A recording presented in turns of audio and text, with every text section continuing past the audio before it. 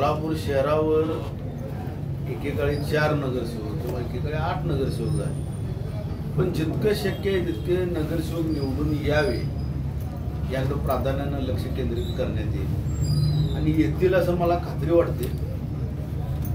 विरोधी पक्षांच्या माध्यमातून ईव्हीएम विषय असेल किंवा एक जादा मतदार एक्स्ट्रा घालणे आणि सन्मान्य न्यायदेवतेला म्हणजे कोर्टांना देखील त्याचा अहवाल न देणे पूर्ण जनतेनं ओळखलेलं आहे। म्हणजे ईव्हीएम असो किंवा मतदार एक्स्ट्रा घुसखोरी असो या माध्यमातून निवडणूक त्यांनी जिंकली असं मला आज वाटतं। जर स्वच्छ प्रामाणिकपणे जर आमच्याबरोबर निवडणूक लढली तर विरोधकांचे डिपॉझिट जप्त होतील। इतकी डेंजर परिस्थिती महाराष्ट्र राज्यामध्ये यांच्या या प्रक्रियेला भाजप असो किंवा भाजपचे मित्र पक्ष असो यांच्या वागणुकीला एकाधिकारशाहीला हिटलरशाहीला जनता कंटाळलेली आहे।